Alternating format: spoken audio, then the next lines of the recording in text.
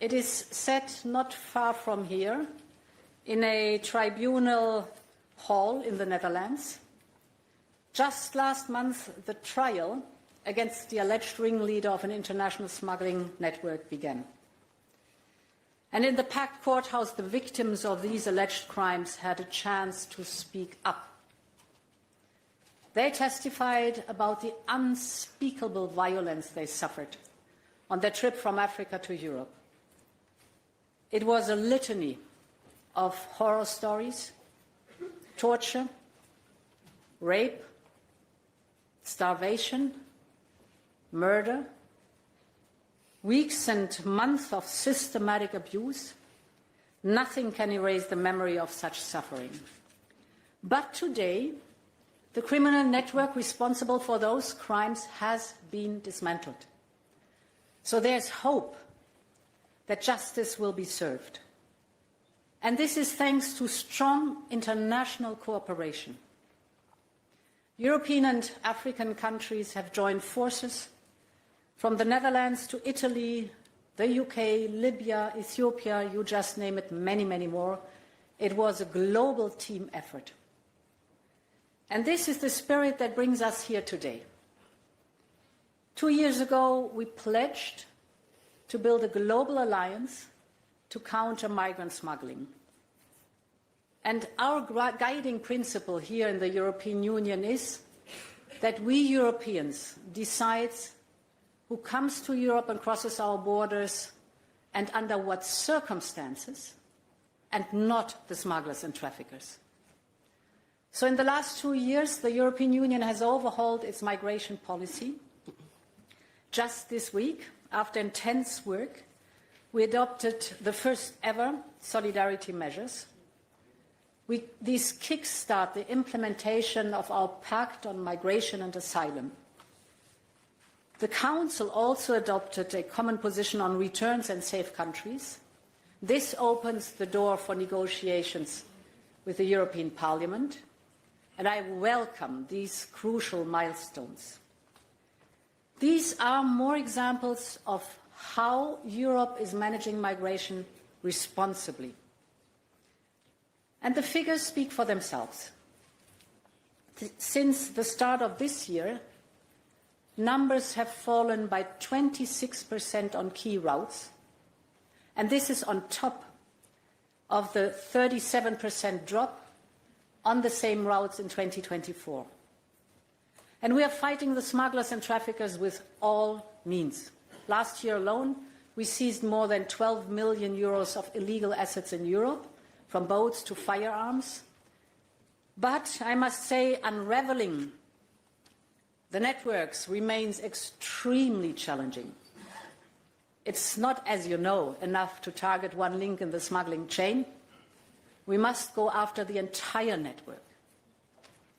And this is why at this conference, we take the global alliance to the next level.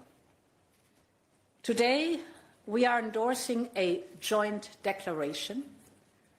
It is a blueprint to bring an end to the migrant smuggling business model across the world. And as you know, it is built on 3 principles. The first is we must prevent the journeys offered by the migrant smugglers. The second pillar is we must respond to the smugglers' evolving business model. And finally, the third pillar, we must show potential victims that there are always safer alternatives. Now, on the first point, our goal is to prevent the illegal journeys offered by migrants, by smugglers.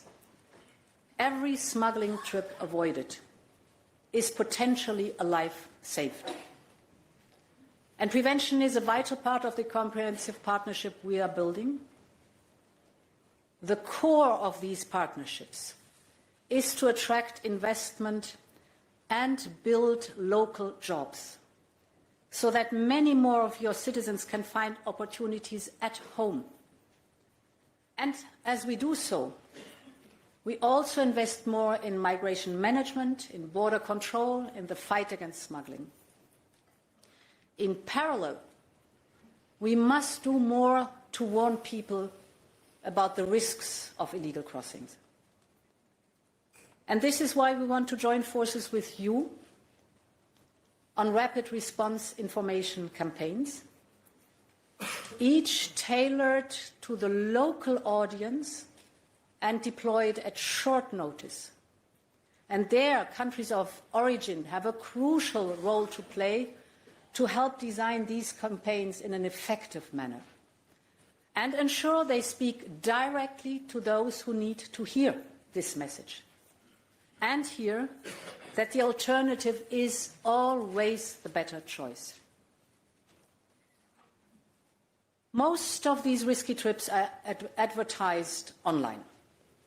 And this is why the digital dimension of our work is key. For years, we have worked with digital platforms to target online drug trafficking, to target terrorist propaganda, to target child abuse. Now, since last May, we're doing the same on migrant smuggling, because what's illegal offline must be illegal online. Europol is developing a new operational guidance to detect smuggling content online. And this should help law enforcement agencies to take action against smugglers.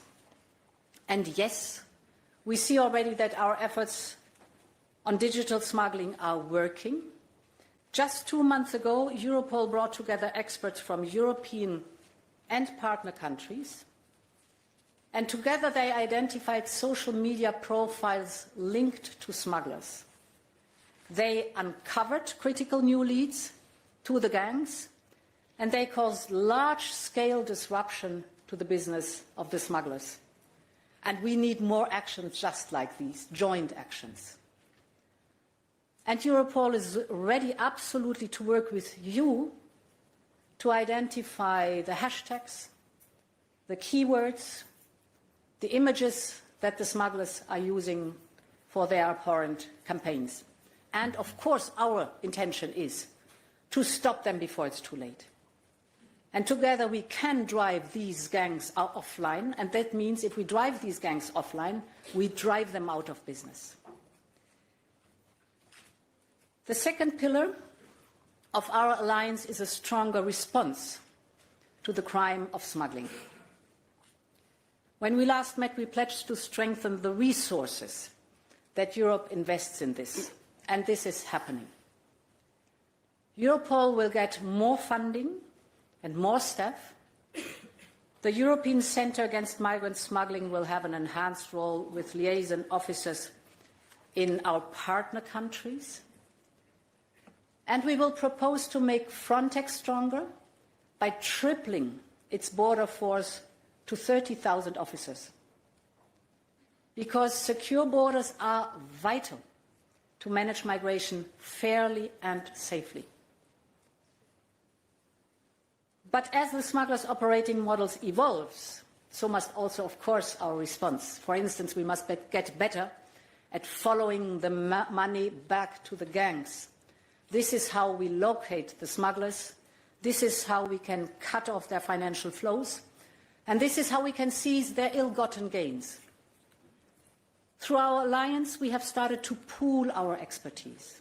So now we have to take this expertise up to the next level.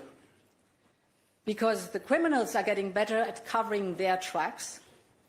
So we want to work more closely together along the smuggling routes to tackle this illicit financial flows and underground banking. In other words, what they encrypt, we have to decode. What they hide, we have to trace. Let's cut their sources of funding and root out migrant smuggling. Now, after we identify this information, we must be able also, of course, to act.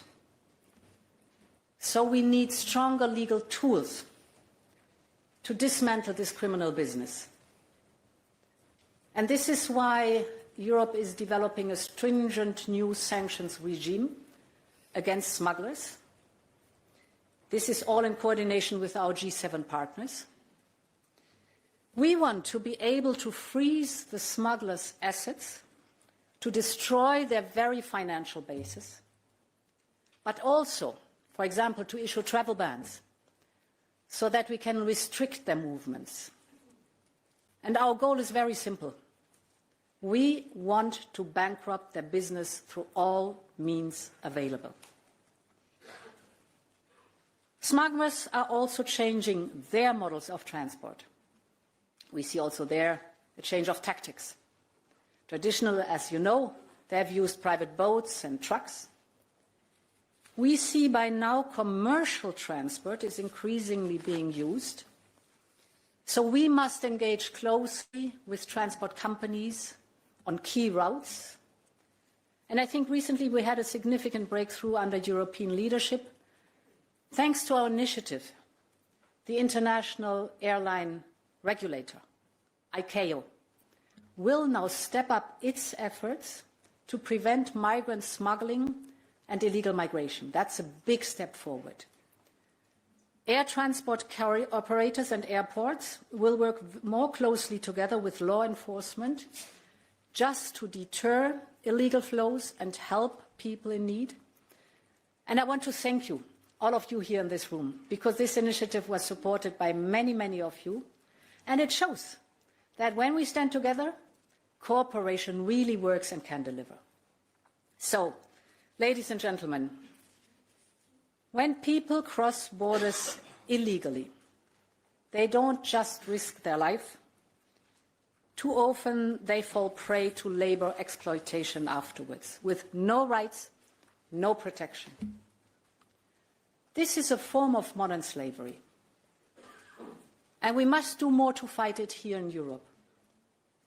Like, for example, giving the European Labour Authority a powerful new mandate to help member states stamp out labour exploitation. But we must also develop better alternatives to putting one's life in smugglers' hands. That's the challenge of today, both in the countries of origin and in the countries of destination. And this is the so important third pillar of our alliance. With Global Gateway, Europe is not only creating good jobs across the world, we are also investing massively in skills and vocational training, because we think this is how we can help young people of today to become basically the entrepreneurs of tomorrow. And therefore, we must open more safe pathways, legal pathways to Europe. We must create more bridges between our continents. We must make sure that people can find a job where their talent is needed, match the skills, bring skills across our borders. And this is at the heart of our new talent partnership, which offer work routes into Europe. So far, 5 countries have signed up to them, and we hope that more of you will follow. This is such an important model to work on. We have just agreed to create a new talent pool. It will match the European employers and their needs with the non-European job seekers and their skills. And actually, we're launching the pilot of a gateway office in India, so that this will offer opportunities to work in Europe legally. And it could be a blueprint for partnership with other countries if we do it well. So the point is here. We have plenty of good ideas for legal mobility, but only together can we make this work. This approach is, I think, I'm deeply convinced, a win-win for Europe and all our partners in our alliance. People can develop new skills. They can find new opportunities at home, but it also gives the young people a chance to thrive. And it makes Europe more competitive. It makes Europe more attractive to innovative talent. So by working in partnerships, we have found safe alternatives to the lethal criminal smuggling networks. So, distinguished guests, we all have one common goal. The common goal is to drive the smugglers out of business, to save the lives of thousands of people who dream of a better life. I know this is still a long way to go, and it's a bumpy road without a question. But our alliance is growing. So from today, the alliance moves to a more formal structure with a permanent secretariat and permanent funding to better match our growing ambitions. We will deepen our links with like-minded organizations like the G7, like the Council of Europe or the United Nations agencies. And I would like to call on other countries and organizations who share our commitment to join our efforts, to endorse the declaration. So, thank you very much for being here. Let me wish you a very fruitful conference, and I'm looking forward to the work that is being done. Thank you so much.